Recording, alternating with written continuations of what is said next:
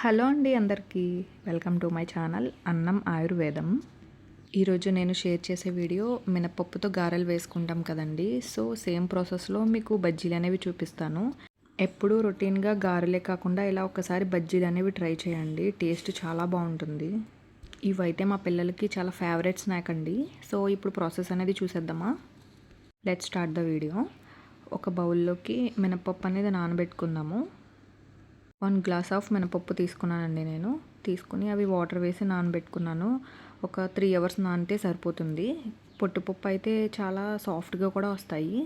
After 3 hours తర్వాత పప్పు అనేది చాలా బాగా నానిపోయిందండి. చూస్తున్నారు కదా, వీడియోలో చూపిస్తున్నట్టుగా ఈ విధంగా నానిన తర్వాత మనం ఇది నీట్గా వాష్ చేయాలండి, తొక్కలన్నీ పోయే వరకు.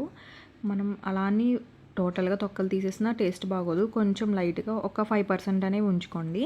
టేస్ట్ బాగుంటుంది అండ్ హెల్త్కి కూడా చాలా మంచిది.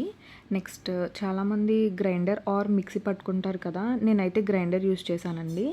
అలానే మీరు మిక్సీ పట్టుకుంటే కూలింగ్ వాటర్ అనేది యూస్ చేయండి. మనకి పిండి అనేది టెక్స్చర్ కరెక్ట్గానే వస్తుంది. మనం గ్రైండర్ యూస్ చేసినప్పుడు పిండి టెక్స్చర్ ఎలా అయితే వస్తుందో మనం మిక్సీ పట్టుకున్నప్పుడు కూడా సేమ్ టెక్స్చర్ అలానే వస్తుందండి. కూలింగ్ వాటర్ అనేది యూస్ చేయండి. నెక్స్ట్ మనం తీసుకున్న పిండిలో మనం 1 డ్రాప్ ఆఫ్ వాటర్ కూడా అస్సలు యూస్ చేయకూడదు. పిండి అనేది గట్టిగానే మనం మిక్సీ పట్టుకోవాలి. నెక్స్ట్ ఇలా రుబ్బుకున్న తర్వాత ఇందులో 1 స్పూన్ ఆఫ్ జీరా, కట్ చేసి పెట్టుకున్న ఆనియన్, పచ్చిమిర్చి కూడా యాడ్ చేసుకుందాము. కొంచెం సాల్ట్ కూడా యాడ్ చేసుకోండి. ఇవన్నీ మిక్స్ అయ్యే వరకు బాగా మిక్స్ చేసుకొని ఒక 5 మినిట్స్ పక్కన పెట్టుకోవాలి. ఈలోపు డీప్ ఫ్రైకి సరిపడా ఆయిల్ అనేది తీసుకుందాము. నేను ఇక్కడ ఆయిల్ అనేది బ్రౌన్ రైస్ ఆయిల్ యూస్ చేశానండి. కలర్ వేరేగా ఉందని అసలు అనుకోవద్దు.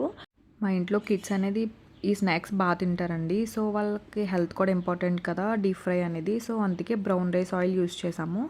మనం ఈ సైజులో బజ్జీలా వేసుకుంటే సరిపోతుంది. మనం తీసుకున్న బాండీ నిండా ఇలా బజ్జీలు వేసుకుని ఒక 1 మినిట్ తర్వాత మనం 1 బై 1 అలా టర్న్ చేసుకుంటూ కలుపుకుంటూ ఉండాలి. మనకి ఈ కలర్ వచ్చే వరకు బాగా ఫ్రై అవ్వనివ్వాలండి. మనం 1 సైడ్ అలా వదిలేసినా మాడిపోతాయి. మనం అందులో గరిటె పెట్టి అటు ఇటు తిప్పుతూ ఉండాలి. నెక్స్ట్ ఈ కలర్ వచ్చిన తర్వాత మనం సెపరేట్ చేసుకుంటే సరిపోతుంది. టేస్ట్ అయితే చాలా బాగుంటుందండి. మనం సేమ్ టెక్స్చర్తో గారెలు వేసుకుంటాం కదా, సో అదే టెక్స్చర్తో ఇలా బజ్జీలు అనేవి ట్రై చేయండి. చాలా బాగుంటుంది టేస్ట్ అనేది. అండ్ ఇవే బజ్జీలతో మనం కర్రీ కూడా చేసుకోవచ్చు. ఆ టేస్ట్ ఇంకా బాగుంటుందండి. నేను నెక్స్ట్ వీడియో అది కూడా షేర్ చేస్తాను. నా వీడియోస్ నచ్చితే లైక్ చేసి సబ్స్క్రైబ్ చేసుకోండి. ఎవరికైనా యూజ్ అయితే షేర్ చేయండి. Thanks for watching.